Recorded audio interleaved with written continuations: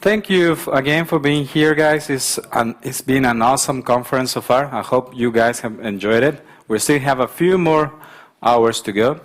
The topic for the talk today is rocket-propelled Java. And I guess some of you saw the synopsis on the website, so you know what's coming. But we'll see. I hope this talk will be good for you. A little bit about myself. I'm that guy over there. I come all the way from Mexico, though I'm currently living in Switzerland, so the flight wasn't that bad.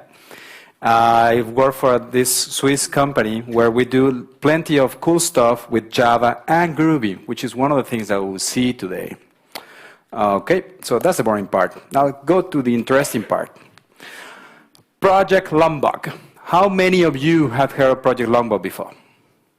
Okay, 3, 4, excellent. So, what's the idea behind Project Lombok? Well, if you see on the right side, the main gist about the project is to reduce the boilerplate code that you had to write every single time.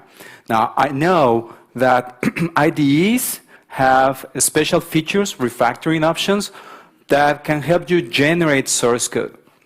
The problem with generating source code is that it gets out of date very quickly. The moment that you generate it, it's already out of date, because then you have to maintain it yourself. It's no longer possible to maintain it by other tools. So what Project Lombok does is hook into the compiling step, the compiling process, and generate bytecode for you, as if you wrote the required source code that goes with that bytecode. So it hooks into the JDK6 annotation processor. So this forces you to use at least JDK6. Anybody still in JDK5? Okay, perfect. You guys are good to go.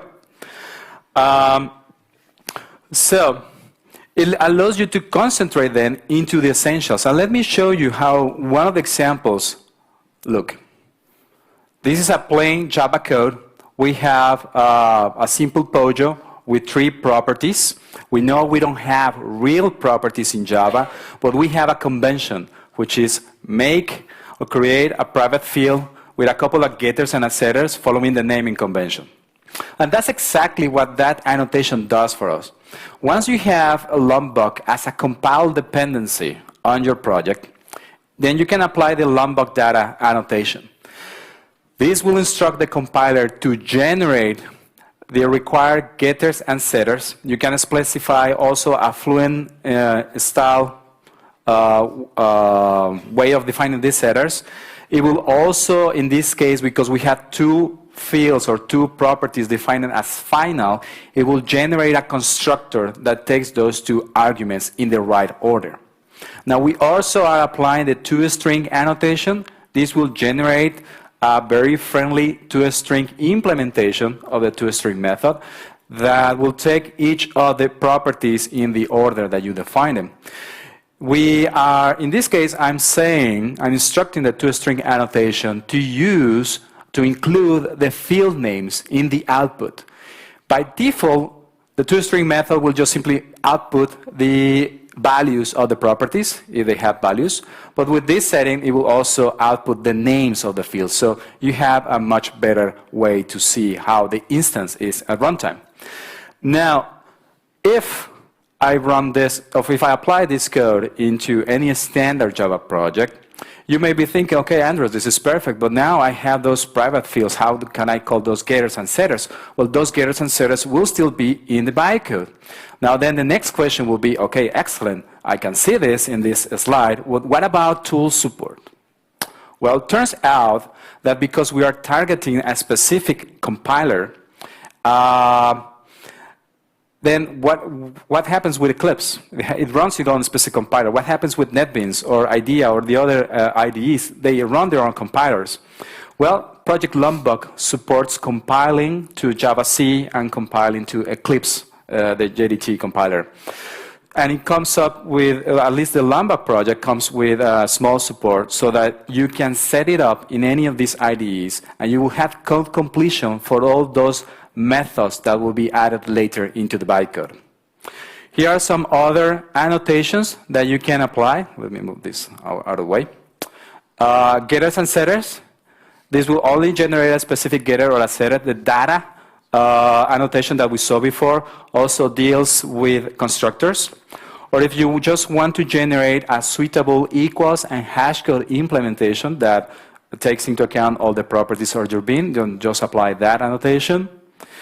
Perhaps add log, and actually add a delegate is quite interesting in the sense that it allows you to do object composition in a very easy way. We know that the alternative for using inheritance, at least in Java, is using composition. So what you do with add delegate is you want to have a class, let's say, like an event, that will also, an event like this one, I mean, that will also like to delegate to an instance of a Java util list. What you usually do in your IDE is create a private field of type list, then right-click on it, and say generate delegate methods, and select all the methods that you want, and then boom, you got them right there in the source code. But remember the problem, we just generated source code, and it's going to be outdated immediately. What add delegate does is exactly the same thing, but it does it at the bytecode level. So if you decide to change the type to something else, then those delegated methods will be already available in the bytecode. You don't have to deal with lots of complexity and moving lots of codes around, just changing one type.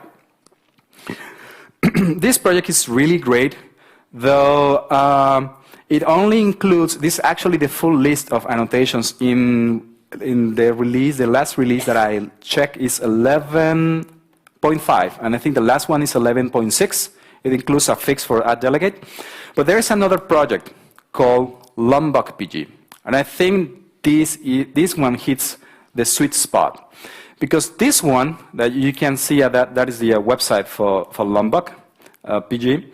This one provides its own AST, excuse me, its own AST abstraction. Because at the end, what all these projects are doing is leveraging the same expressions, the same classes that the compiler uses to generate the final bytecode. So you have to target, you have to target a very specific compiler. So you have to duplicate your code when you're dealing with add delegate, or not your code, I mean the guys like us that build the library code. We have to duplicate how we implement add delegate for Eclipse, how we implement add delegate for Java. But LOMBOK-PG comes up with kind of like its own abstraction for AST. It's very easy for us now to target 90% of the implementation of add delegate in this case to be just right here in the middle, and then just cover the 10% that is specific for Eclipse, or the other 10% that is specific for Java-C. It also adds new annotations that you can make use of. Perhaps Fluent, Setter, and Singleton are the ones that you will probably reach at first.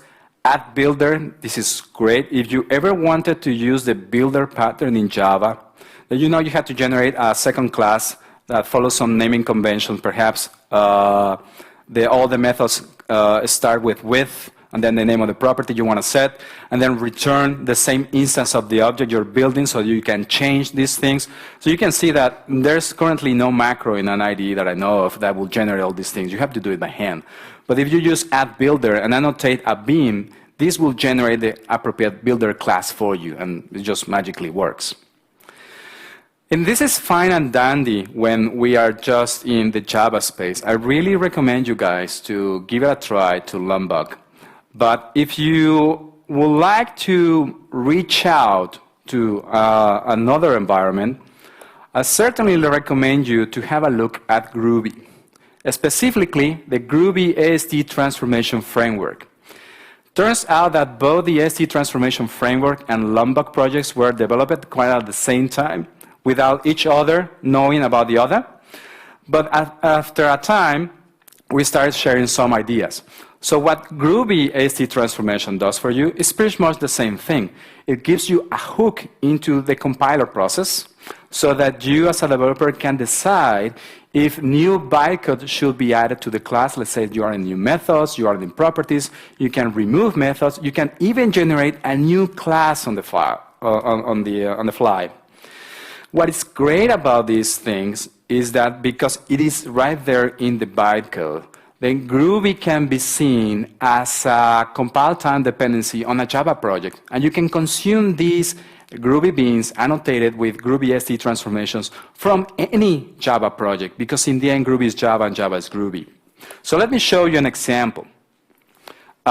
Immutability. So which are the rules to generate an immutable object or an immutable class in Java? There are many, actually. You have to have, the class have to be declared as final. All of the types that are, or all the fields of this class have to be immutable as well. You have to provide constructors that match the number of arguments that you want to provide. You have to have getters, probably this is optional, but you also have to provide a suitable implementation of the equals and hash code methods.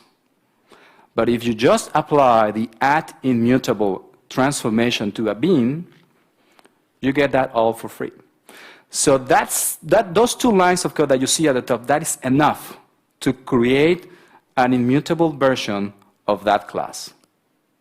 And I can consume that from Java very easily. I'm showing the GROOVY code because it's more concise and it just, you can see it in just one slide. So that's great. There's definitely some other annotations that you can find in AST transformations. As a matter of fact, the current list will require 4 pages.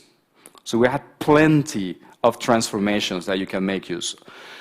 These ones that I decided to list are probably the ones that are more useful to you as regular Java developers, because there are other transformations that require the code to be, the client code to be GROOVY, the calling code. But these ones, you just can't use it from Java. I should also say that these guys, @bindable and @beatable, these are the first AST transformations ever implemented. And we got this really nice feature thanks to desktop application development. We needed those for making sure that we can write observable beans for Swing development. So yes, desktop development application is still relevant. And you can even go further with these things. Say that you want to mix GROOVY transformations and Lombok transformations in the same project.